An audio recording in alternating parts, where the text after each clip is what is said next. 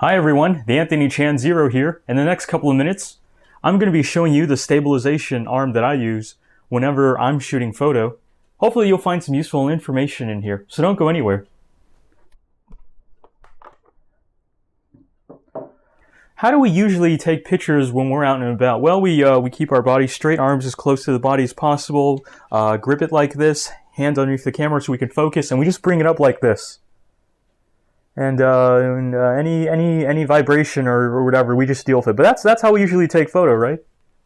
So I did that for a while, and I got bored. So one of the items I actually picked up along the way and I discovered that would actually help in stabilization is this right here. On the top, that's a quick release plate, so you can. I just have that so I can detach quickly. But this right here, the actual stabilization right here, this is a RAM arm. It's intended for sticking GoPros and other cameras on the outside of like windshields, cars. So just like that, this would be the outside of a moving car, and you know we get like those cool like interior shots and whatnot. Some of you might have seen video of me doing that. So we use this to mount GoPros on the outside of cars. But what I found is, if you take this arm and you would attach it, because I have a quick release plate, so I don't have to do that. But if you were to leave the arm right here, just like this, and you would adjust this knob right here. This one's actually adjustable. Depending on your RAM arm, you might not have it. You might have the old hourglass. I use this one because I can angle it. So if we adjust the arm like this, what we have is we have a stock that's very similar to the way you would hold, let's say, a rifle. So we take this, we put it up to our shoulder like this, right inside this pocket. We bring this up. Now we don't get our noses all over the LCD screen. I'm going to come closer so you can see this. So yeah, just like that. So when we're ready to shoot, we just go like that. We just bring it up to our nose. We take our cheek. We establish what we call a cheek by placing it on this little part right here, and it's nice and stable. I can walk around like this, and this is the setup that I use. Usually at conventions, because conventions, like when you're inside a hall, you get low light. So I've done things like this. I've used this setup without image stabilization or IS or OIS or whatever you call it. I've been able to shoot like 130 or so with no flash. So we're talking 1/30th of a section, 1/30th of a second. Max ISO, as max as we can, low light. So we can shoot 130 just like this, and that's great. So this is what I use to stabilize pictures, and that's not all it can do. You can also holster it a little bit as well. So how do we usually holster a camera, or put it away when we don't need it? Well, classic styles, we just wear it over our neck like this, and whenever we need photos, we just bring it up like that. Yeah, nice, easy. You'll never forget where it is. Only downside is your neck gets tired after a while. Other ways, you can do it over the shoulder. I did this method for a while. This is great. It distributes the weight, like any one-point sling on a rifle. Great, when we're ready to take photos, just bring it up like that, and when we're all done, just put it down here. Not bad. Only thing is, the lens obviously protrudes from the side. You can carry it in front, you can carry it in the back, or however. This method, I know a lot of photographers don't recommend this one. It's completely over one shoulder. It's very comfortable. You can grab it like this. The only downside is I know of seasoned photographers who told me that this is risky because if this slides off, your expensive lens and body is going into the ground, and that's not too good. So how do we usually? So that's how we usually carry it, right? Oh, and if you're like a seasoned photographer or convention pro or wedding or whatever, you probably use spider holster or what have you. You can be cool, mount it on your belt anywhere you like, and quick draw and Magal and ready to shoot. When you're all done, you mount it on your belt. But sometimes you don't have that with you. This, however, this is real genius because when we attach this arm, not only are we able, when we attach this arm, not only are we able to stabilize, what I can actually do is, and I discovered this also at Cheney Elementary, I call this the Cheney carry. If we take this arm, and I have the stock strap right here. If we take this arm right here and bring it over, bring it up like this, have it hang right there, and then let it sit down like this, we can actually holster our camera lens facing downward, very similar to a spider holster. So just take a look at that. This is very good for conventions. you know, you're inside a crowded area, you're at MegaCon, you know, there's everyone bumping in and out. You got like a big lens, you don't want to risk, you know, walking into some guy or some booth or whatever, and then, you know, you knock your lens on something.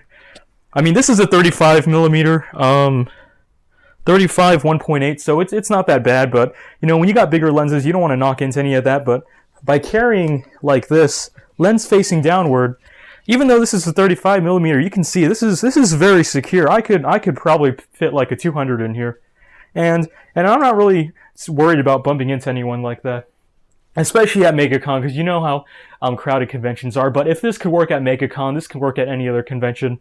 And of course, when we're ready to shoot, and this is the best part, you can do this. You just take your hand, pull it up here, thumb underneath the strap, just like that. Bring it up. I'm gonna do that with one hand again. Stock, barely place it underneath the shoulder pocket, and then pull up, and then we're ready to shoot. And then when we're all done, we can take this, we could let it rest in our chest just like this, like some sort of like patrol position. Because I do a lot of candids, so if you can't produce your and if you didn't know, in candid photography, if you can't draw your camera in 3 seconds, you're no good. Which is a lot different than portrait photography, because you know you're in control of the environment. But if you're at a convention and you're trying to get like memes really fast, you know you have to be fast. You have to be really fast. You could be walking around and then, you know, get ready to pull just like that. And if we can bring it down here, it's nice and steady. This is not going anywhere. This is really low profile. You can see my belly sticking out more than the camera. And if I see something I want to shoot, I can just pull up, and we're ready to go. So just like that. I'm going to show you that one more time. This is pretty fast. So we're all relaxed, and we see something. It's like, hey, that's cool. We just draw, and then we're ready to shoot. And this could be done within like 3 seconds. So it's perfect for candid photography, because 3 seconds is all you have sometimes if you see something nice. And then if you want it in like a low ready position, you can just wear it on your chest. I do it like this when I'm at conventions and I don't have any need to put it off to my side. So we can draw pretty quickly. Alternatively, if you get tired of the weight, you can wear this arm facing down. Up to you. So this is really good. Of course, the downside is this requires the stock strap. If you don't have the stock strap on you, you have to attach a 1-point sling. I'll get to that in a second. The other thing is, by using this plate, you can't really use spider holster. So if you're using like any of those cool fancy holsters, you don't get to wear it on your belt. But I think if you're going around town, you're going to maybe like a concert for a friend, maybe a birthday party, this is great because you can get a really stable picture, and then you can get the camera out of the way. You can do whatever business you have to do. I can climb a ladder, I can rappel down a rope or what have you, and then whenever I'm all done, I just pull my camera and then we're ready to go. So I'm going to show you what to do in case you don't have the original strap. Alright, I'm back. This is my Sony Alpha A6000. This is what I've been using on my most recent videos. I got this camera recently. I'm really pleased with it as a mirrorless, because it's light and compact. It's not the best image quality, but you know, the best camera is the one you have, and that's pretty much the only good thing smartphones are for these days anyway. So here it is right here. Here it is in the same setup. I can still do everything else. I can still aim. It's really nice. I have a little bit more clearance because there's no mirror or weird functions or anything like that because of the smaller footprint. I'll show you. I'll show you the 35. This is the D5000 2009, and then this is what 2004 or no, not 2004, 2014. So here we are. It's a lot smaller. Not bad at all. Of course, because I have a special rig that I use, so having the original slings wouldn't help me. In the case of you not having the original camera sling, what I do is I use this right here. This is a 1-point sling. I found this was a gift from a friend. So it's a 1-point sling. It's intended for rifles, but this one's really good because it has these oversized lobster claws that you can attach to some of the largest swing mounts. So what I do is I take this right here, and this is where it gets good. This goes right here, just like that, and just like that, it fits. We have a 1-point sling, and then I don't get to do the really cool quick draw things that you saw me do with the original. But the best we can do is we can have this 1-point sling. It faces down here. It's still pretty safe. It's not as fast and it's not as comfortable because it'll still wobble around, but this is the best we can do for now. So it's still not bad. I mean, my lens is still facing downward, so it's still pretty safe. I can bring it back here in case I'm wearing like a lot of like utilities on my belt, and I can still draw pretty fast, just like that. And then and if we have to like put it low ready, we can just wear it right next to the stomach, and then produce, and then holster. So this is great right here. And you can still do silly things like shoot at like 130. So I like this. I like this configuration. Oh, and the only downside is sometimes this gets in the way. I'll get you a close up of that. So you have to bring the sling down like that. But yeah, this is great. So this is what I do for shooting photo. Some of the downsides is if you're using a DSLR, most DSLRs, if you're bringing the camera this close to your face, chances are you're looking through the viewfinder, and I don't know that many DSLRs where you can look through the viewfinder and take video at the same time, because the image has to go to the sensor, which that's the point of a DSLR, right? You know, you have that mirror going up and down. So if you bring it up close like this, most DSLRs probably won't allow you to take video. I know mine doesn't. I mean, and I can try focusing on this, but that's really tight, and that probably hurt my eyes.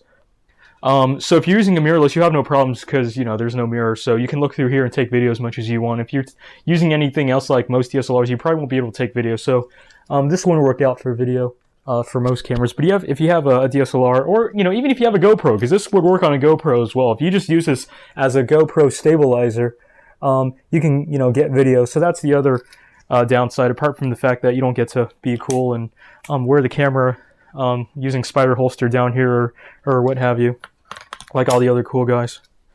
But yeah, this is a nice setup. The stock itself, the ram arm, ram mounts, National Products. Take a look at them if you get the chance. This is maybe $30, I'd say. Quick release plate. This entire set, the plate itself, $10, and then this rifle sling can't cost you more than $15. So 30, 15. And 10, what, 40, 45, 50, 55. So for $55, you can stabilize your camera whenever you're taking pictures. I'd say not bad, because usually, you know, most photographers who have the newer cameras will tell you they have more money than high quality gear, or maybe it was the other way around. But yeah, so there it is. I'll show you it one more time. This is it, like right here. We want to take pictures. We just pull it up.